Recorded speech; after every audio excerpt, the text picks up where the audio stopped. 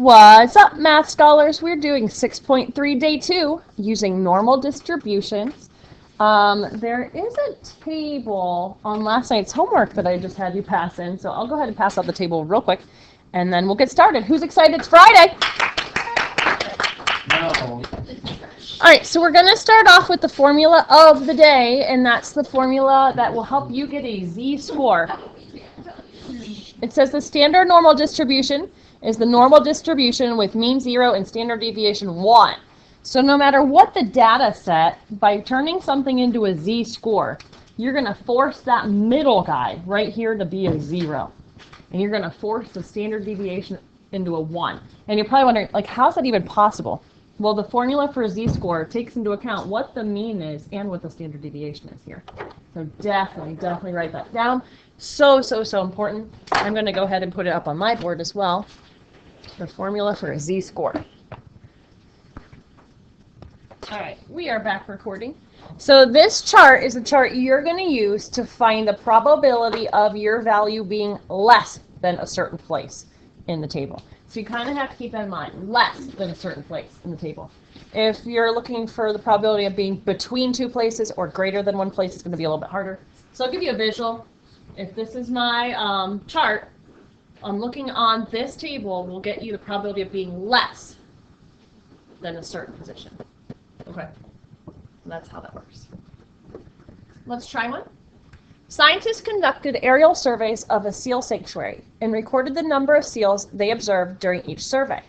The number of seals observed were normally distributed with a mean of 73 seals, that's a very important number, and a standard deviation of 14.1 seals. So right now, if I would go to one of my little tables, I would be putting my 73 right here and adding 14 on each time, like we did yesterday, right? So what we're going to do is normalize this data. And normalizing the data forces the median, or the mean, to be 0 and the deviation to be 1. That's the whole point of doing a z-score. So let's go ahead and find a z-score. It says find the probability that at most 50 seals were observed during a survey. So we're going to z-score the 50, turn it into a z-score. To turn something into a z-score, we'll follow that new formula. You have to do x minus the mean over the deviation. So in this case, that would be 50 minus 73 over 14.1. In the calculator, just make sure you click enter before you divide. And if you refuse to click enter before you divide, you'll have to do parentheses on the top.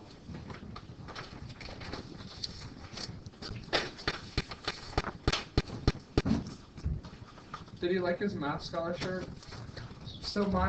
We're back on record. We are typing this in our calculator. Did you get negative 1.63? All right. All of these problems, you're gonna want to round to the nearest tenth. So let's just scratch that 3 idea and go with negative 1.6.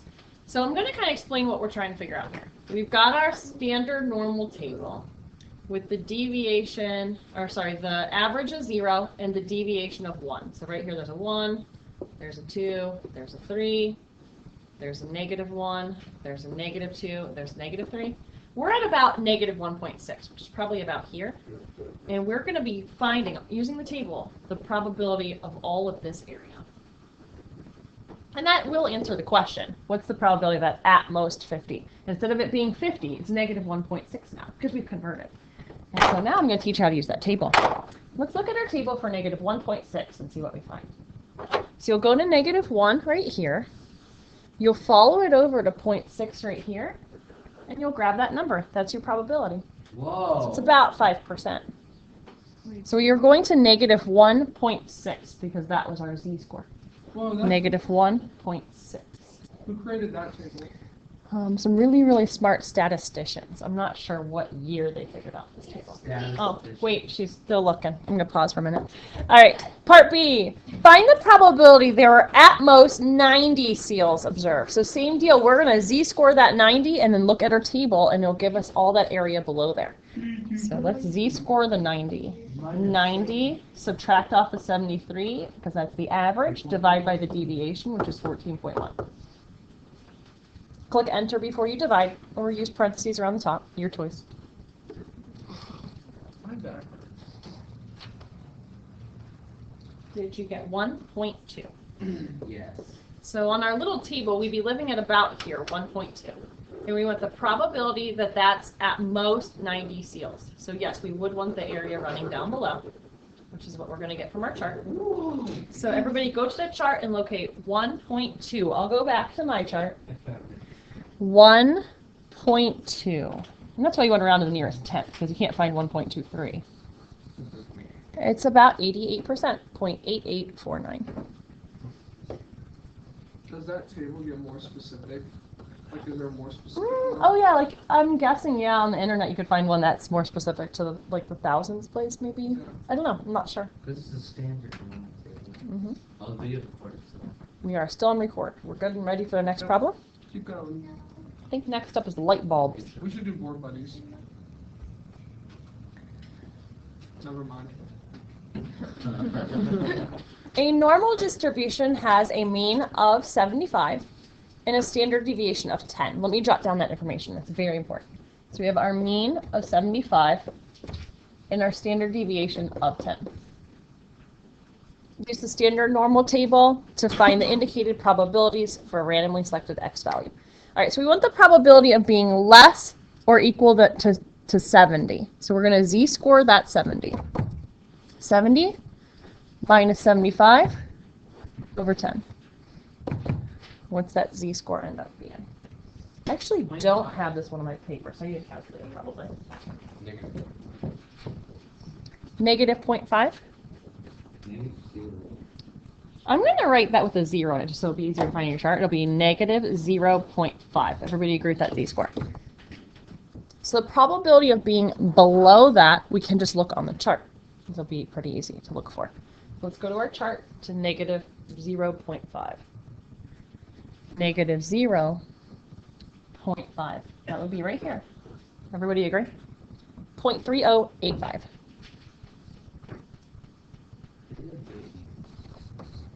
Well, it gets a little harder when we get to a problem like this. We'll chat when we get there. We have to get 44 or Now let's look at number 13. We still want the probability of being below 52. It's good if you want the probability of being below. So let's z-score the 52. 52 subtract off 75 over 10. 52 subtract off 75 divided by 10. Did you get negative 2.3? Go ahead and look up negative 2.3 on the table for me. Negative 2.3. Negative 2.3. Did you guys find this entry right here? 0.0107. That's a very low chance, only 1%. 0.0107. All right, we've arrived at our first one that I would call a little bit harder one. So what we want is the probability of being above 44. Let me show you on a picture what's the problem with this is going to be. Every time we look up a value, I think our median 75, so 44 would be down here somewhere. Every time we look up a value on the chart, it's going to give you the probability of being below there. That's just how the chart works.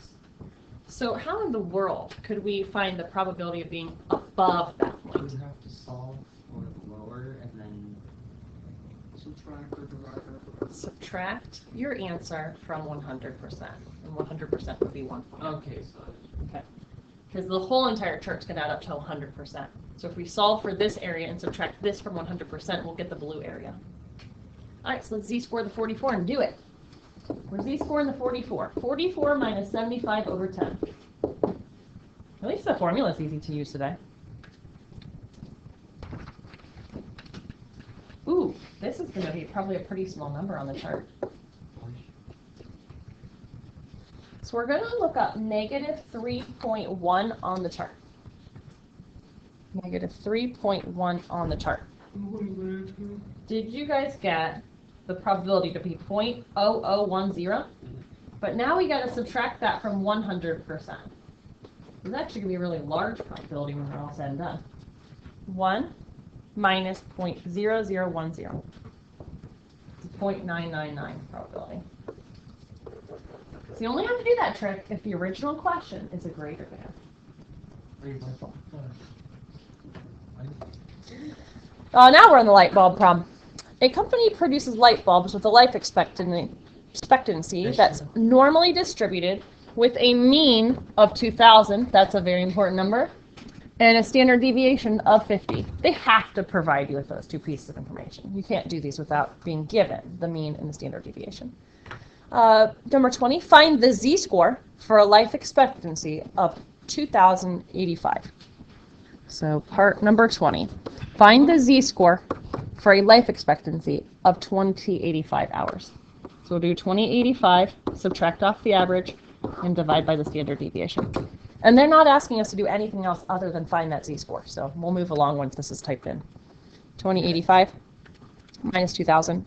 Ooh, that's a pretty 50. big percent. 1.7. Yeah, they don't even ask us to go to the chart and look for the percent, though.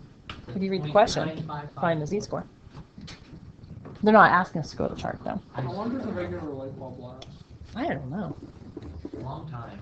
It depends if it's one of those LEDs or incandescents or... These ones last a long time, right? Okay, why?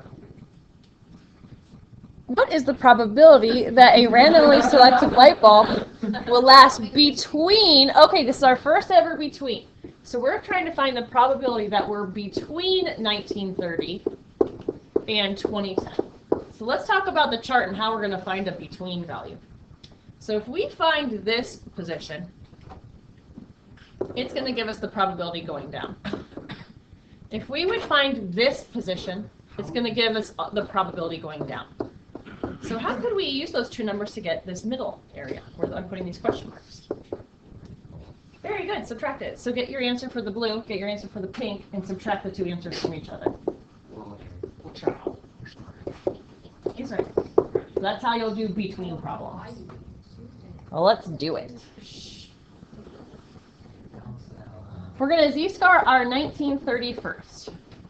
So 1930 minus 2,000 over 50.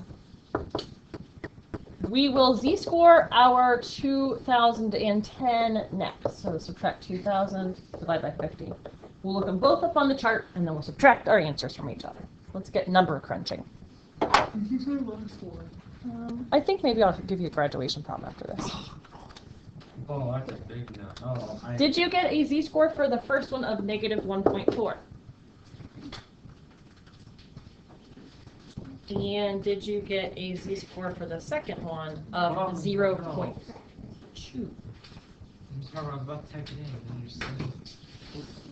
Now those are just z-scores. We're going to have to go to the chart for both of these to find actual probabilities. So get your little chart out. What's the probability of being below negative 1.4? I got 0.0808. So that's my probability of being below there. What's my probability of being below 0.2? 0.2. 0.5793. And now you need to subtract these numbers. So do this number minus this number. Now get area between. 0.2, you having trouble finding that? Just go across that 0 and go to 0.2. There's negative 0? There's negative 0 because we actually saw that today. We had a negative 0.5. Oh. So you would go to negative 0.5. There's a negative 0. So my final answer is 0.5793 minus 0.0808. So it's a 49.85%, 0.4985. That's going to be that area between where my pink question marks are. All right. Apples. All right, we've arrived at the apple problem. This is going to be a graduation problem. I'm going to pause the video, let you work, and then we'll rejoin each other and check our answers. What's up, math scholars? This is your student teacher coming at you. I'm going to teach you how to do this problem. So first you're going to find your mean right here.